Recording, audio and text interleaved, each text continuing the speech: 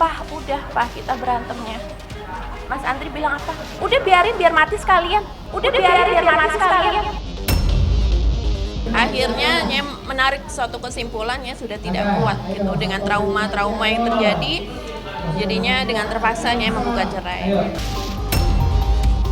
Itu mungkin sama dengan halnya dia menari-nari telanjang di depan foto almarhum Bunda ya. Kita nggak bisa pakai logika gitu. Lucu ya, kan saya lakuin itu bukan di kamar pembantu kan, hari-hari kan kalaupun saya joget ya seandainya benar yang diomongin. Tetap sama kondisinya.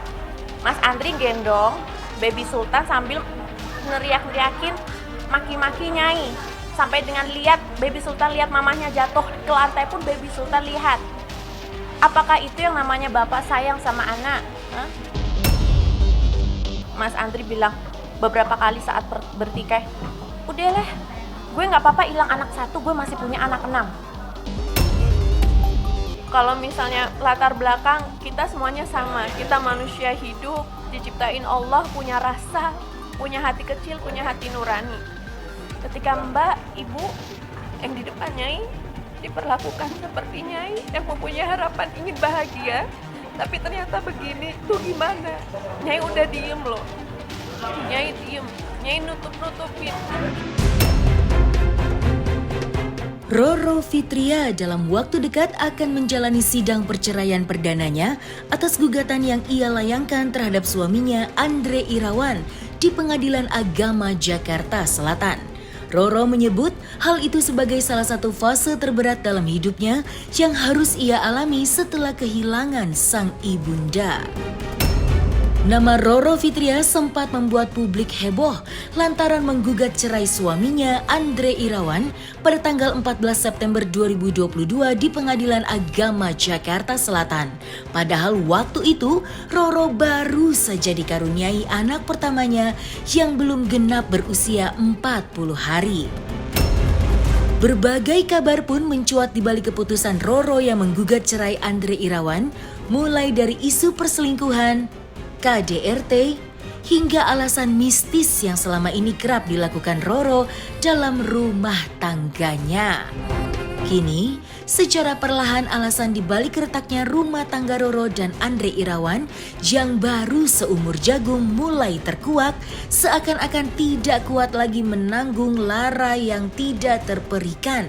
Roro membongkar perlakuan buruk Andre terhadap dirinya yang menurutnya tidak pantas dilakukan oleh seorang suami terhadap istrinya.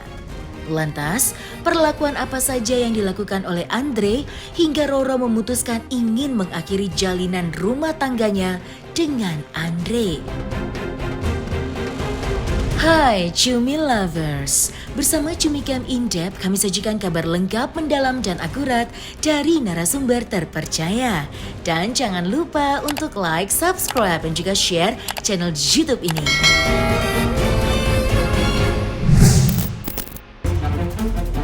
Roro Fitria dan suaminya Andre Irawan dijadwalkan akan menjalani sidang cerai perdananya yang rencananya akan digelar pada tanggal 27 September 2022 mendatang.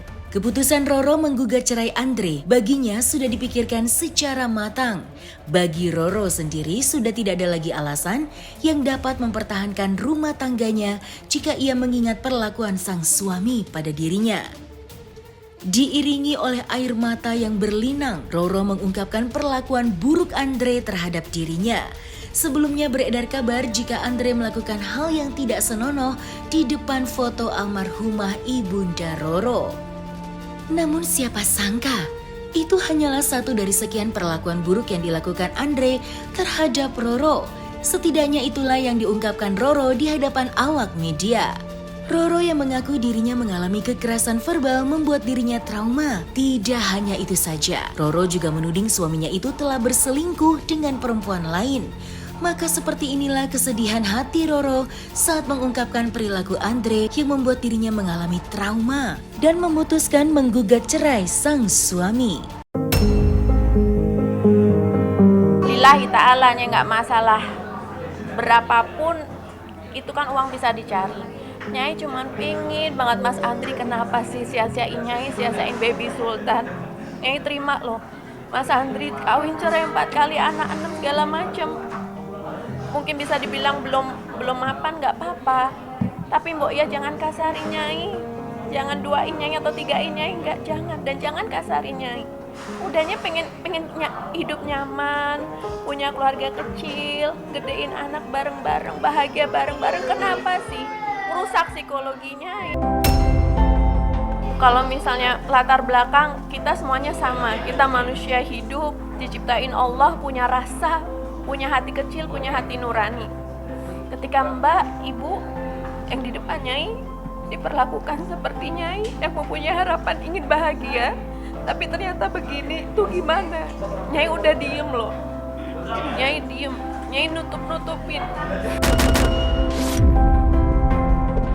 Sampai dengan saat ini pun Nyai masih trauma dengan Mas Andri. Kemarin juga sempat di studio salah satu stasiun TV Jakarta untuk dipertemukan, Nyai tidak mau satu frame gitu karena masih tidak siap untuk bertemu, mendengarkan suaranya pun Nyai masih cemas gitu, apalagi ketemu muka gitu. Iya, perlakuan, tutur katanya, segala tindak tanduknya, jadi kekerasan verbal maupun non verbal yang telah Nyai alami selama berumah tangga itu sangat membekas di hati Nyai. Dan lebih parahnya ya Bang ya, dari tim kami kan melakukan beberapa riset ya, ternyata apa yang Nyai alami ini malah diambil makna dari Mas Andri itu malah dibilang apa Bang? Lebay. Nah padahal ya sakit hati loh. Kok ya trauma itu kok dianggap sepele ya. Jadi ketika dia bentak-bentak Nyai sampai Nyai sesak napas, asma kumat, pakai oksigen itu kok dia bilang malah lebay, astagfirullah. Mungkin kalau misalnya Mas Andri menyamakan Nyai dengan istri-istri yang sebelumnya yang jumlahnya 4 itu, yang dibentak-bentak, dikata-katain, disiksa secara verbal maupun non verbal, mau nurut sampai dengan mempunyai anak jumlahnya 6, ya kalau bagi Nyai nggak bisa, jangan disamain gitu. Nyai mempunyai suatu prinsip dan juga mempunyai nilai kesabaran tertentu ya. Nah ini benar-benar kesabarannya udah habis gitu. Kok malah yang bersangkutan melihat yang Nyai alami saat ini malah dibilang lebay dan dia tertawa-tawa gitu. Itu mungkin sama dengan halnya dia menari-nari telanjang di depan foto almarhum Bunda ya. Kita nggak bisa pakai logika gitu. Jadi untuk 2 hari ke depan ini merupakan salah satu momentum yang bersejarah buat Nyai. Suatu keputusan yang tidak mudah, di mana Nyai ambil dan memang harus Nyai ambil. Siapannya insya Allah Nyai siap bersama tim kuasa hukum Nyai, ada Pak Asgar, ada Pak Andika dan teman-teman yang lainnya. Satu tim kami 14 orang ya bersama tim psikolog dan juga dokter. Alhamdulillah Nyai mendapatkan support yang luar biasa dari tim. Jadi ya bismillah, dengan nama Allah Nyai akan hadir di hari Selasa. Setelah persalinan pun situasi rumah tangga Nyai tetap sama dan ya udah akhirnya Nyai menarik suatu kesimpulan ya sudah tidak kuat gitu dengan trauma yang terjadi, jadinya dengan terpaksa Nyai menggugat cerai. Iya, sidang perdana. Agendanya adalah dari majelis pasti ingin bertemu dengan Nyai, dengan Andri, para pihak. Setelah itu nanti akan diadakan mediasi. Sebelumnya kami sudah melakukan mediasi dengan Nyai sendiri, juga yang sekarang difasilitaskan oleh Pengadilan Agama. Kalau bagi Nyai pribadi saya belum siap ya, tapi kan memang harus dijalani suatu proses mediasi itu. Cuma Nyai tidak mau sendiri.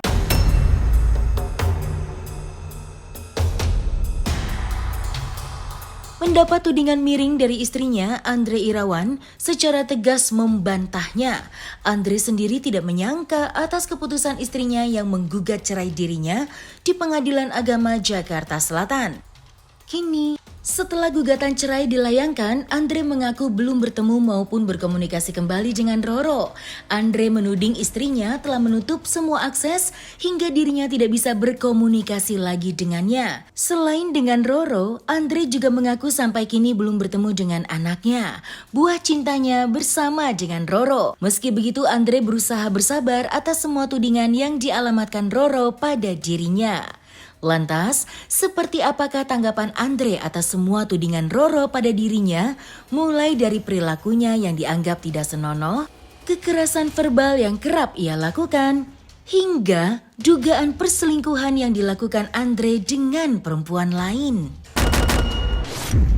Lucu ya, kan saya lakukan itu bukan di kamar pembantu kan, hari-hari kan kalaupun saya joget ya seandainya bener ya itu berlebihan. Itu kan kamar pribadi kita sekarang kan, maksudnya Foto itu ada di mana? di kamar pribadi dia. Salah nggak kalau kita berdua ada telanjang di kamar pribadinya kan, kamar mandi di dalam. Lucu nggak ya misalnya saya godain dia sambil apa bercandain biar nggak marah atau apa kan nggak ada masalah, biar lucu-lucuan. Istilah kan kita suami istri. Bahasa binatang bahasa kotor itu kan kelihatan ya suci di depan aja ya. Kalau saya kan ya beda karakter ya, maksudnya kalau saya kan ngomong kayak gini kan, emang real kita ya beda lah.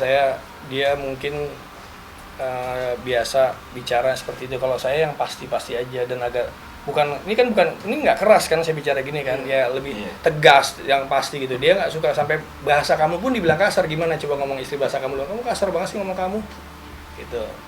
Jadi hal seperti itu karena saya pelajarin, saya tetap ikutin. Oh ya udah, saya nggak belajar nggak apa-apa, tapi kadang suka terlepasan gitu kan. Cuma kalau bicara kasar pun saya bilang ya saya nggak mau ngomong lah. Perempuan kalau kesel ngelakuin apapun gitu.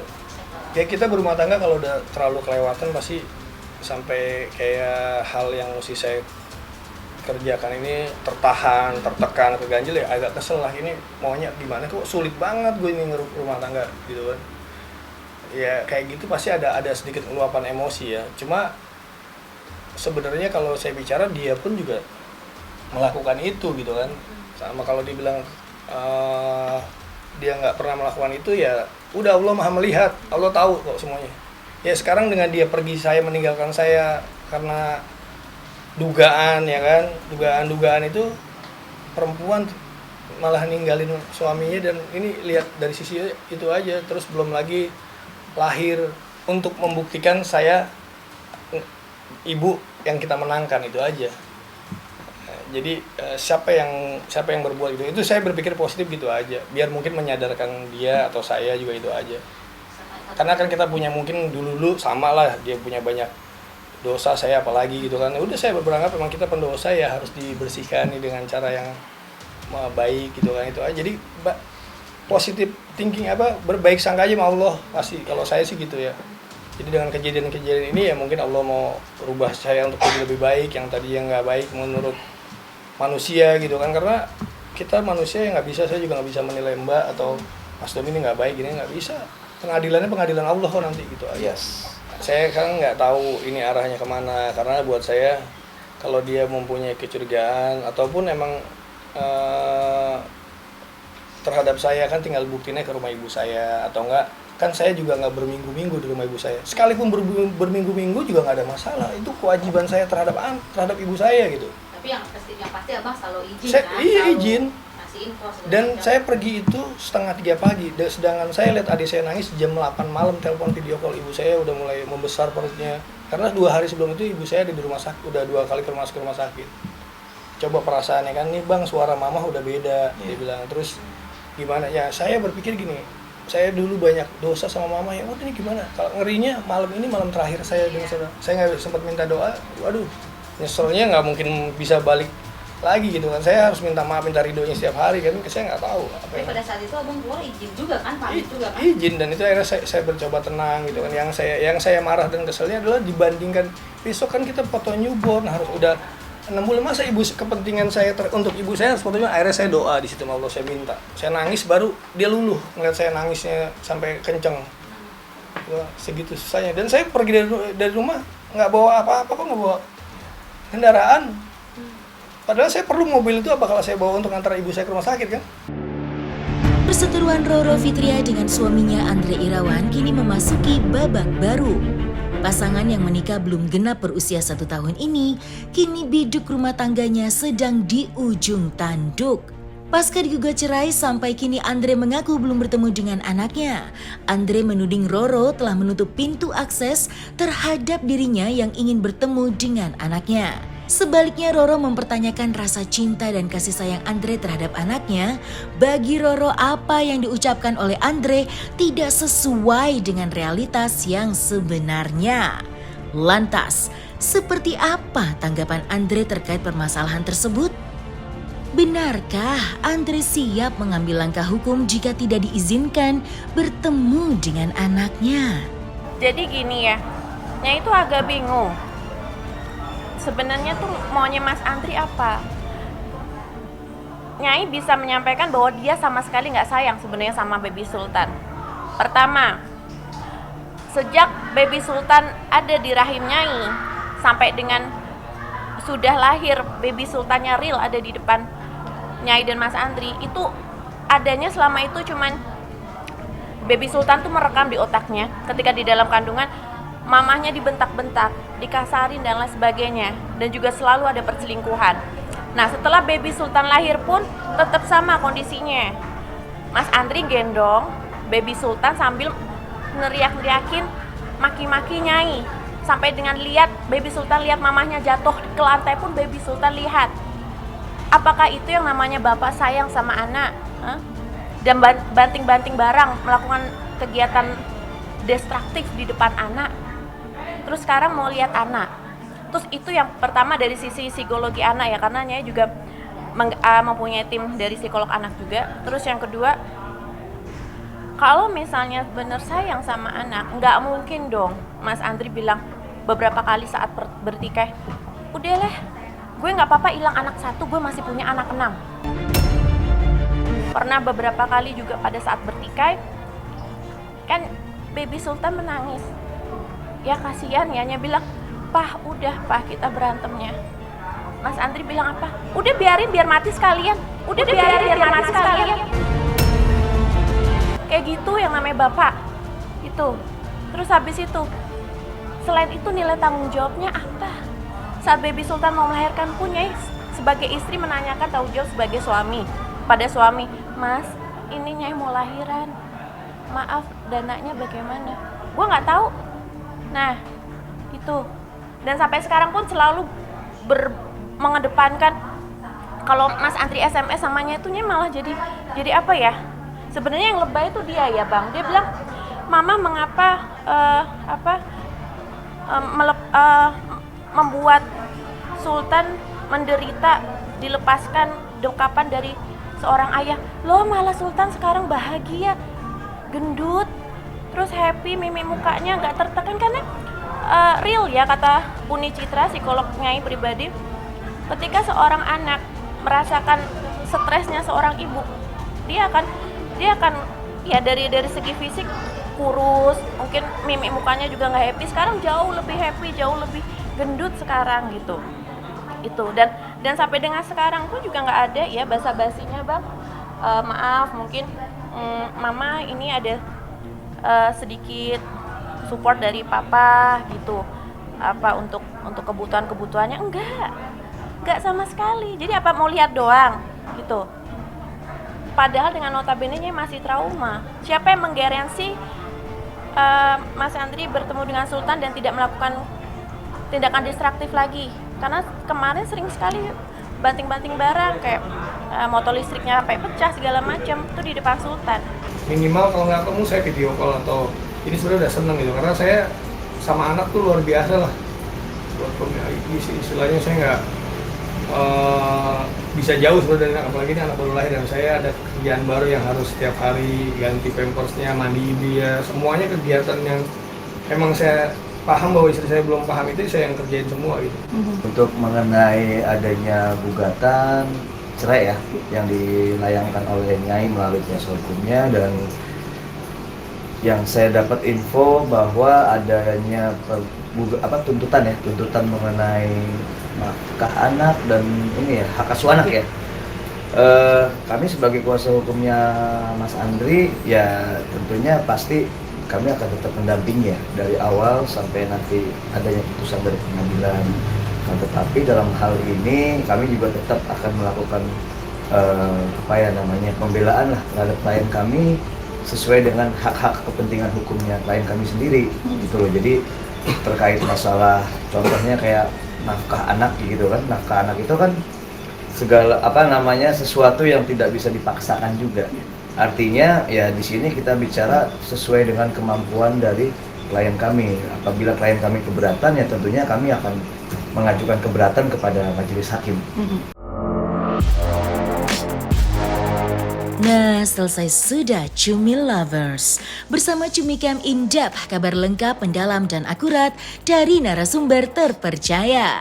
Dan jangan lupa untuk like, subscribe, dan juga share channel YouTube Cumi to Me.